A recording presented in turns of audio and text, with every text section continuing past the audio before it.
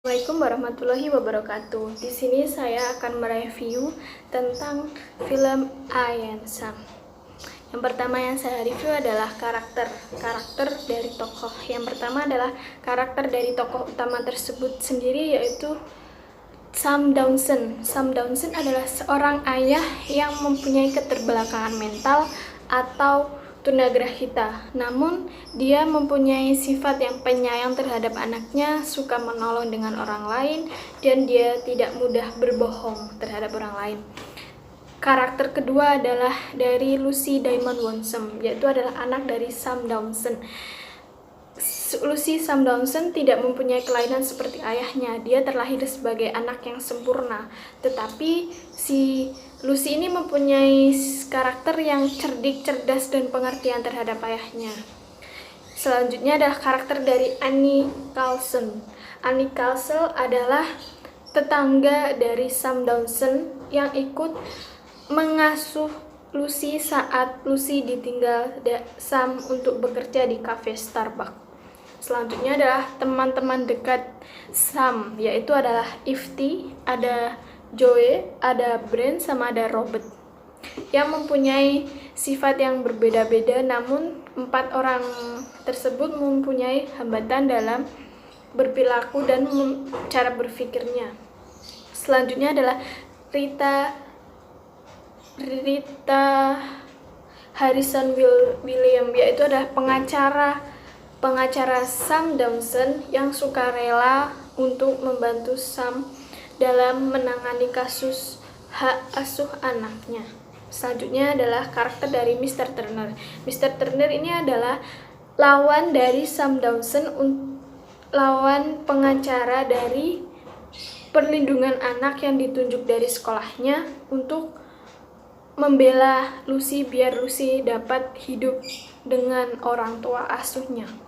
Selanjutnya adalah alur cerita dari I Am Sam. I Am Sam ini mempunyai alur cerita yang maju. Kenapa? Karena berawal dari seorang Lucy yang masih lahir sampai Lucy itu berusia 8 tahun, klimaks atau akhir ceritanya berusia 8 tahun, yang bisa diartikan bahwa alur ini bertahap maju seiring dengan usia Lucy yang maju, dengan seiring dengan masalah yang akan terjadi nanti. Selanjutnya, review selanjutnya adalah tentang sinopsis dari cerita I Am Sam. I Am Sam yang dirilis pada tahun 2001 merupakan sebuah film drama Amerika yang bercerita tentang perjuangan Sam Dawson untuk membesarkan anak kandungnya, Lucy Dawson. Tapi Sam Dawson ini mempunyai keterbelakangan mental. Dan Sam ini diceritakan sebagai pegawai Starbucks yang mengidap keterbelakangan mental. Dengan keterbelakangan mental, cara berpikir Sam ini setara dengan anak berusia 7 tahun. Saat Sam melakukan pekerjaannya di dalam kafe, ia berusaha untuk mengingat-ingat apa yang dilakukan kemarin, dia akan lakukan saat ini. Dengan begitu adalah cara Sam untuk berpikir. Dengan begitu dia bisa bekerja dengan baik. Sampai saatnya tiba, suatu saat hari, ia pergi ke rumah sakit untuk menemui Rebecca. Rebecca adalah istrinya. Istrinya ingin melahirkan anak. Jelang beberapa menit, seorang dokter pun mengabarkan bahwa bayi perempuan tersebut lahir. Lalu si Sam memberikan nama, yaitu adalah Lucy Diamond Winsome Dawson. Tidak lama kemudian Rebecca pun meninggalkan Sam dengan Lucy. Dia meninggalkan seorang anak tunagrahita dengan seorang bayi yang sangat sempurna. Sam diceritakan sebagai seorang single parent yang intellectual disability yang tinggal bersama putrinya Lucy. Sudah dari kecil hanya tinggal berdua dengan ayahnya. Terlepas dari Sam ditinggal oleh Rebecca, Sam didukung oleh teman-temannya yang mempunyai development disability. Begitu pula dengan tetangganya, yaitu Anna. Anna juga bersedia merawat Lucy ketika Sam harus pergi bekerja.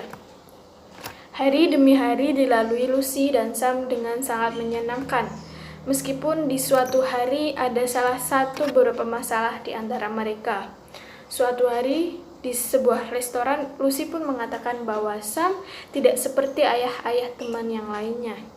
Tetapi Lucy mengatakan bahwa Lucy adalah seorang anak yang beruntung memiliki ayah seperti Sam yang mempunyai kasih sayang yang sangat lebih terhadap Lucy, dan Sam tuh bisa diajak bermain dengan Lucy di taman.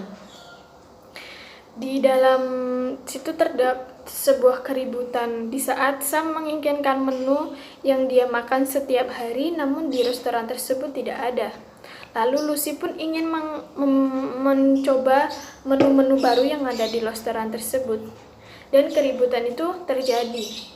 Akhirnya si Sam pun tidak memakan itu, dan si Lucy pun memakannya. Setelah beberapa berhari-hari, Sam adalah seorang orang tua yang selalu mendukung kegiatan sekolah Lucy. Ia juga selalu membacakan buku dongeng sebelum si Lucy tidur. Tetapi ada kejadian di suatu malam. Sam kesulitan untuk membaca suatu kata yang rumit, dan Lucy pun enggan untuk melanjutkan bacaan tersebut, karena Lucy takut jika dia melanjutkan akan menyinggung perasaan dari ayahnya. Kondisi tersebut semakin hari semakin buruk, apalagi kondisi tersebut diketahui oleh pihak sekolah. Pihak sekolah pun menyadari bahwa mengenai tingkah laku Lucy lewat dari lukisan yang dilukis oleh Lucy. Dengan begitu, sekolah pun memanggil Departemen Layanan Anak dan Keluarga mengenai permasalahan Lucy. Hal ini merupakan titik awal dari perjuangan Sam untuk berusaha meyakinkan hakim bahwa ia merupakan seorang ayah yang mampu membesarkan putrinya meskipun mempunyai keterbelakangan mental. Dengan begitu, Sam disarankan oleh hakim untuk mencari seorang pengacara yang membantunya saat mengurusi kasus hak asuh anak ini.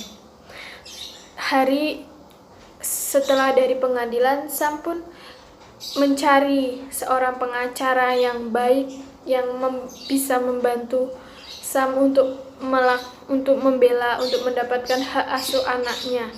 Lalu Sam pun menemui Rita Harrison, seorang pengacara handal yang memiliki reputasi sebagai pengacara dingin yang tidak mempunyai perasaan. Pada awalnya pun Rita tidak mau membantu kasus Sam, namun dia berubah pikiran karena ia mempunyai empati terhadap Sam. Pada awalnya Rita bingung bagaimana cara berbicara baik dengan Sam, soalnya Sam mempunyai keterbelakangan mental. Dia tidak mudah untuk menerima sesuatu karena Sam merupakan cara berpikir Sam itu seperti anak berusia 7 tahun.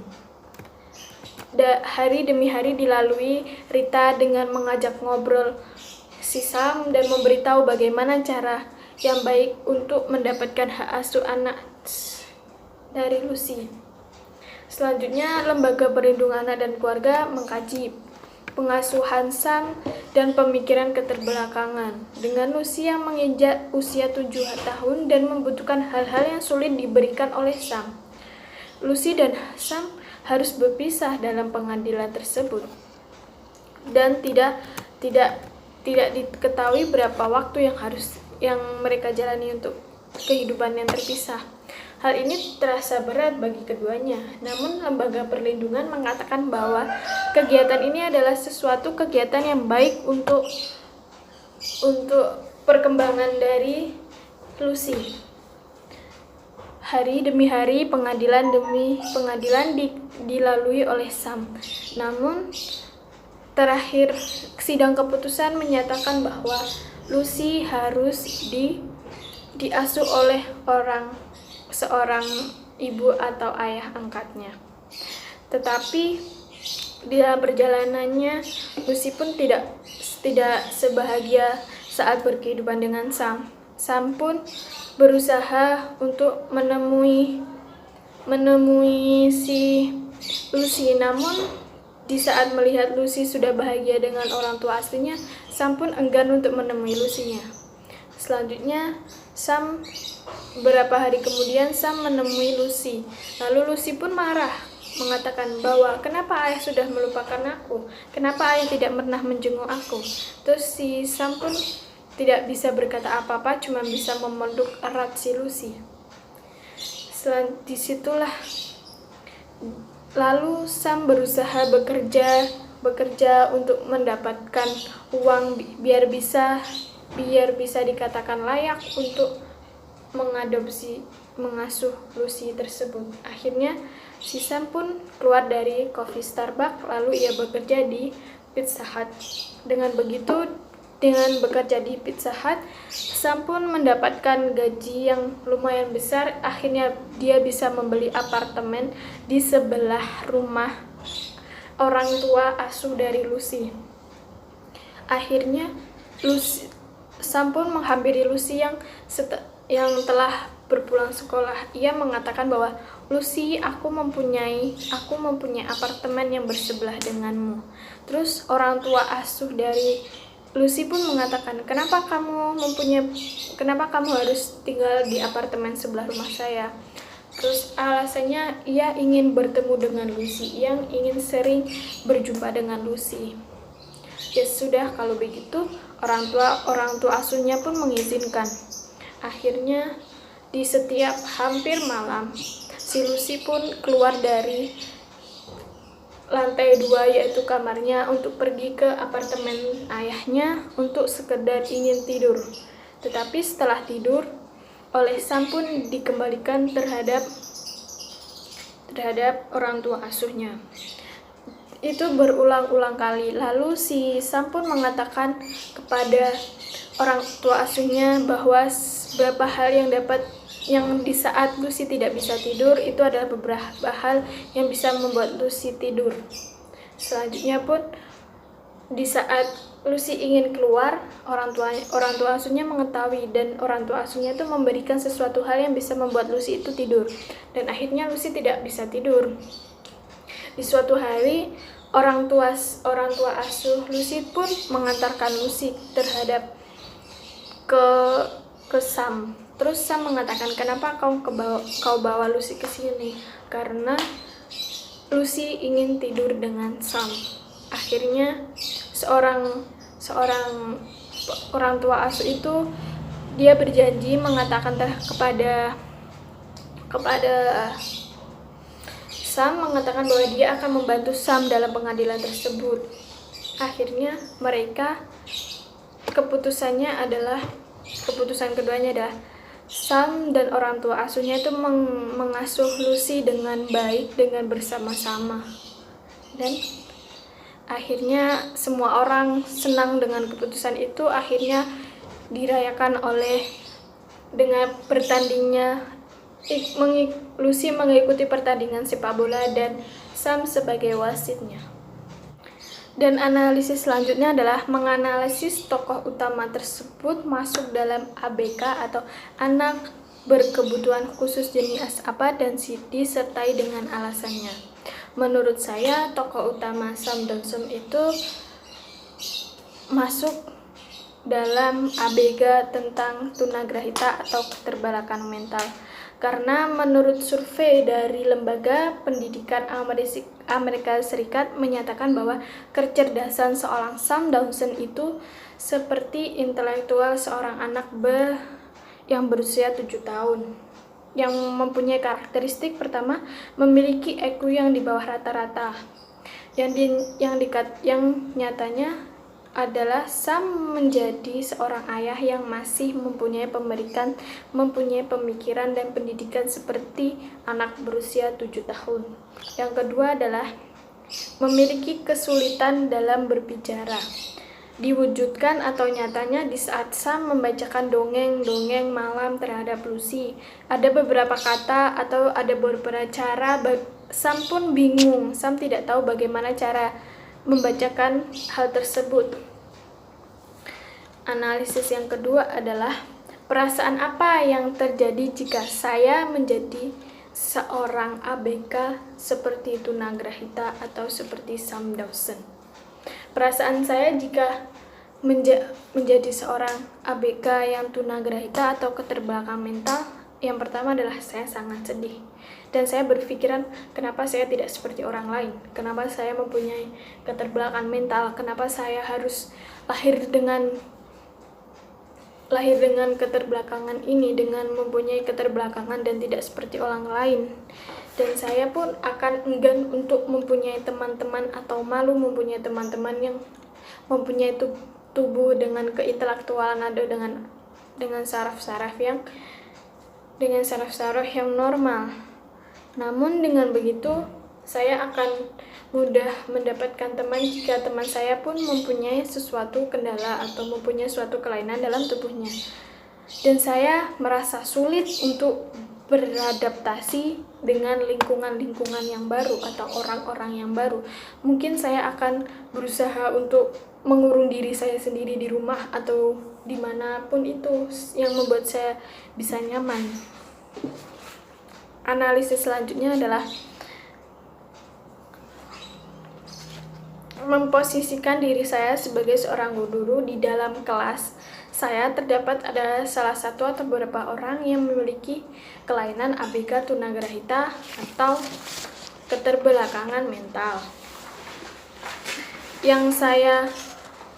Yang saya lakukan jika di dalam kelas saya terdapat seorang anak yang mempunyai kelainan tunagrahita atau keterbelakangan mental, saya tidak akan mengabaikan atau membedakan anak itu.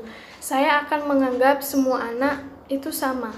Namun, saya akan memberikan perhatian lebih terhadap seorang anak yang mempunyai keterbelakangan mental tersebut.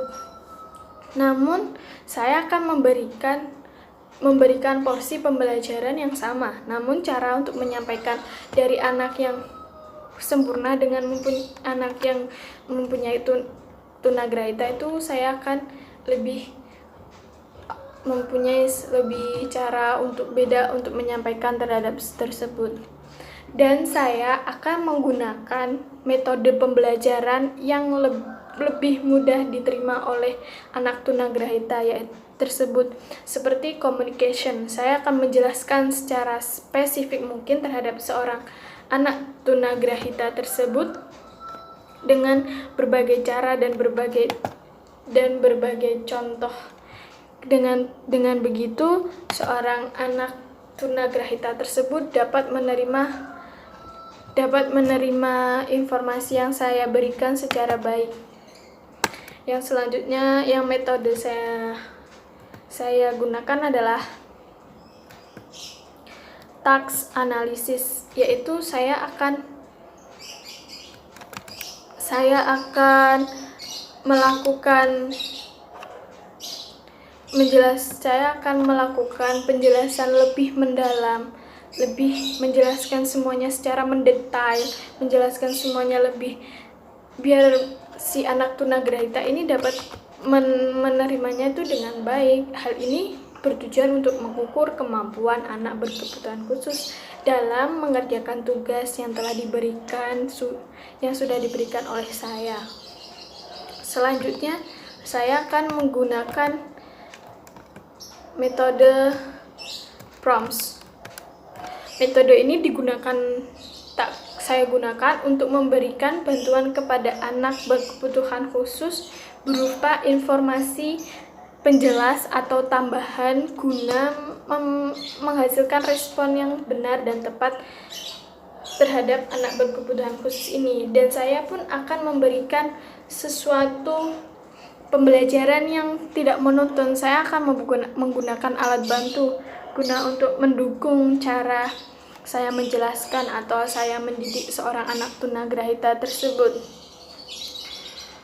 Dan saya sebagai seorang guru saya harus bisa menarik simpati seorang anak tunagrahita atau menarik semangat dari anak seorang grahita untuk mengikuti pelajaran saya.